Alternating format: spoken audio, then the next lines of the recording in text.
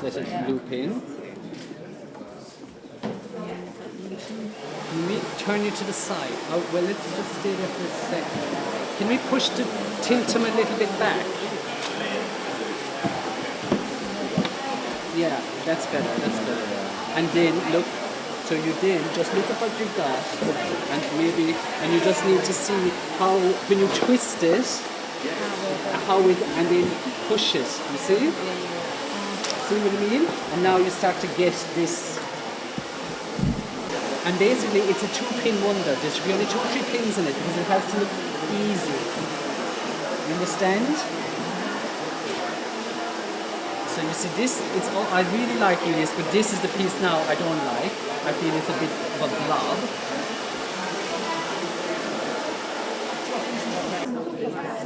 So what are your assistants doing?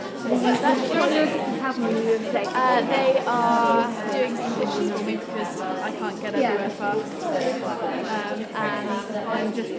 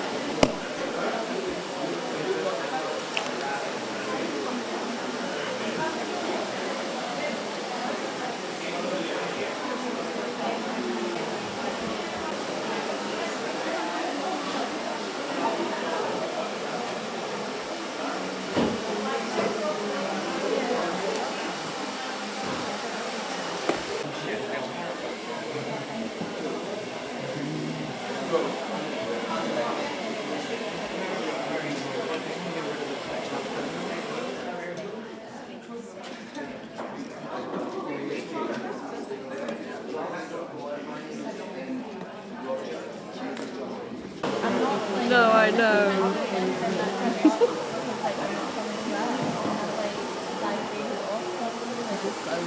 Yeah.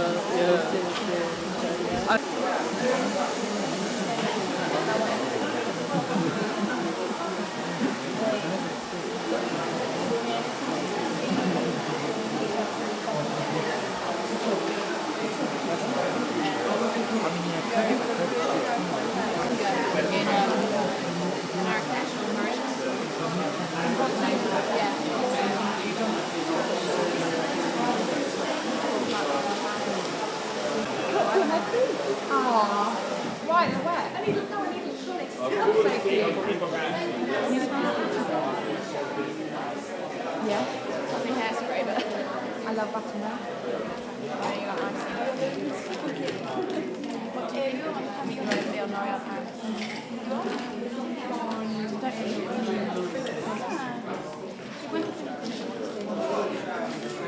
You know.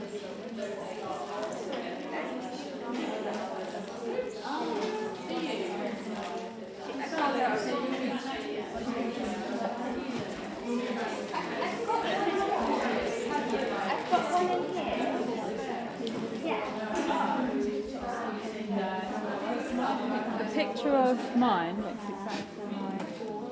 Ah.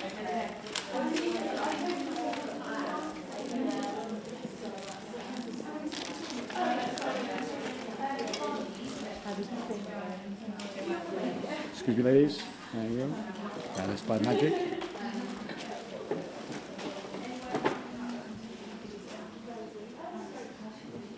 I think it's supposed to be that one, but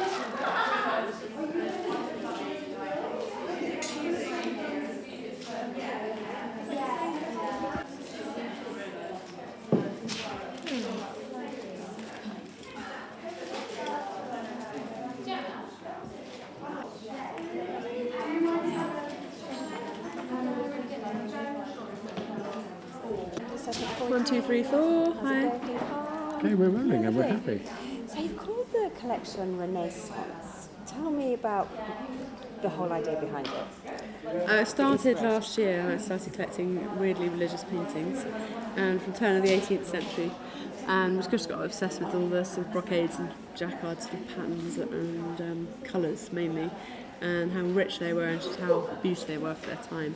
And I then just sort of started collecting things that looked similar, and I guess it starts about a year ago, and then this one was a rebirth, and the name obviously is Rebirth, and I think it's quite nice to be in 10 years of business and then be able to sort of summarise everything you've learnt in a rebirth. The collection's the renaissance of now of Temperley. This is your 10th It's our 10th year.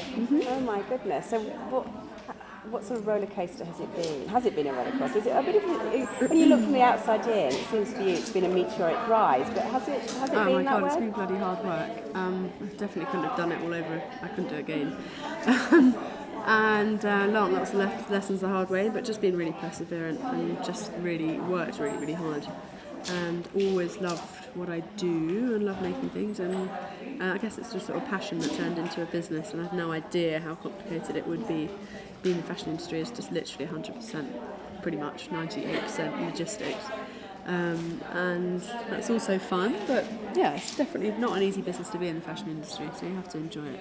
What about the sort of creative side? 'Cause that's all on your shoulders, coming up with the new ideas all the time and having to think of something new and something exciting.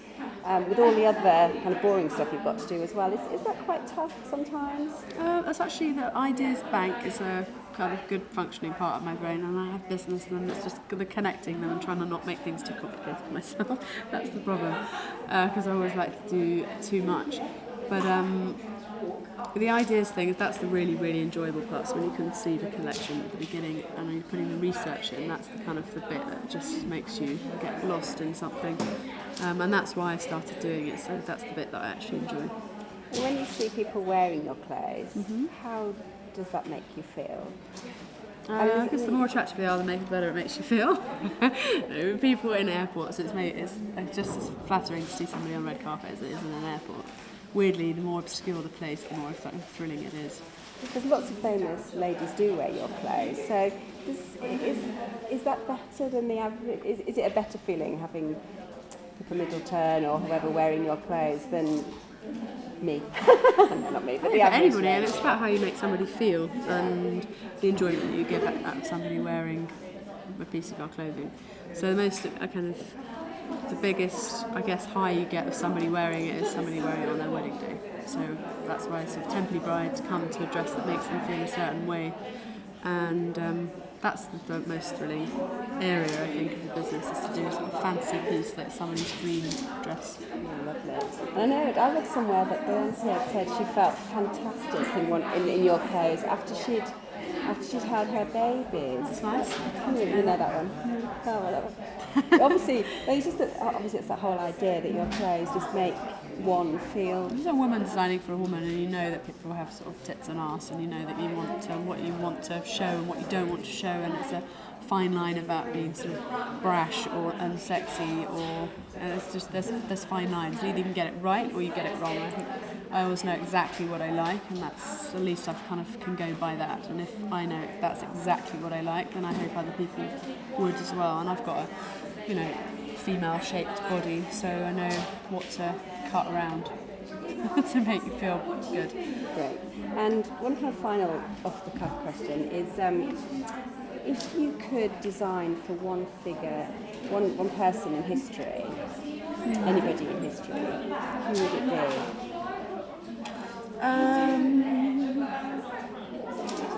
Dietrich, probably. Somebody from the silver screen. Just ultra glamorous Hollywood, beautiful lighting, all looks really perfect. It's really decadent. It's sort of slightly out of this world in a kind of real opulent glamour. I think we'd all quite like to live in that world secretly, which is why I think what I do in the kind of the more fantasy pieces, to wear them makes you feel a certain way, and it's a little bit about escapism, I think, when you can just design something that's just completely, utterly ornate and over the top, and a sort of celebration of sort of skill and craft, and just makes you feel special. And I think Dietrich in her old movies is kind of the sort of siren that I could imagine in the, sort of the last 4 looks, for example, that are coming in the show today. Just over the top decadent. Why not? Look, why not indeed? That's lovely, thank you very much. If you have a little bit of time, is there 1 or 2 pieces you could just explain to us? Is that right? Gorgeous. Okay, that's like me. Thank you. So if you could for me, Alice, just talk through the dresses and how they came about. So this is a part of my research, was this shawl I got completely obsessed with about 8 years ago that my granddad's girlfriend's mother had, really from the 20s.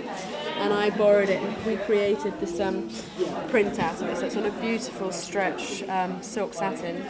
It's an engineered print that was done with all the embroideries from this incredible shawl that had never seen daylight. So the colour was really, really vivid and beautiful. And it reminded me of those paintings from the beginning of the 18th century.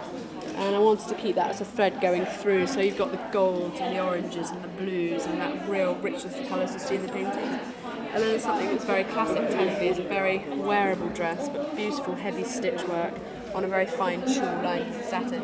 So the elements of this became more sort of three-dimensional and something that just have a completely different movement. And then obviously we developed colours and knitwear and everything, but the starting point was this incredible shawl that I'm obsessed about 8 years or 6 or 8 years ago. And those are 2 parts of the collection, and then you'll see elements from that pattern that's spread through the rest of the pieces. Wow, that's fantastic. You've done this before, haven't you? That's fantastic. That's very professional. It's always really flattering, and I always am like, oh, you know, whenever there's like a lot of press and like everyone's why they can pros and be when there's these amazing people who work in fashion here, I always feel like I'm deserving of that. It's really exciting to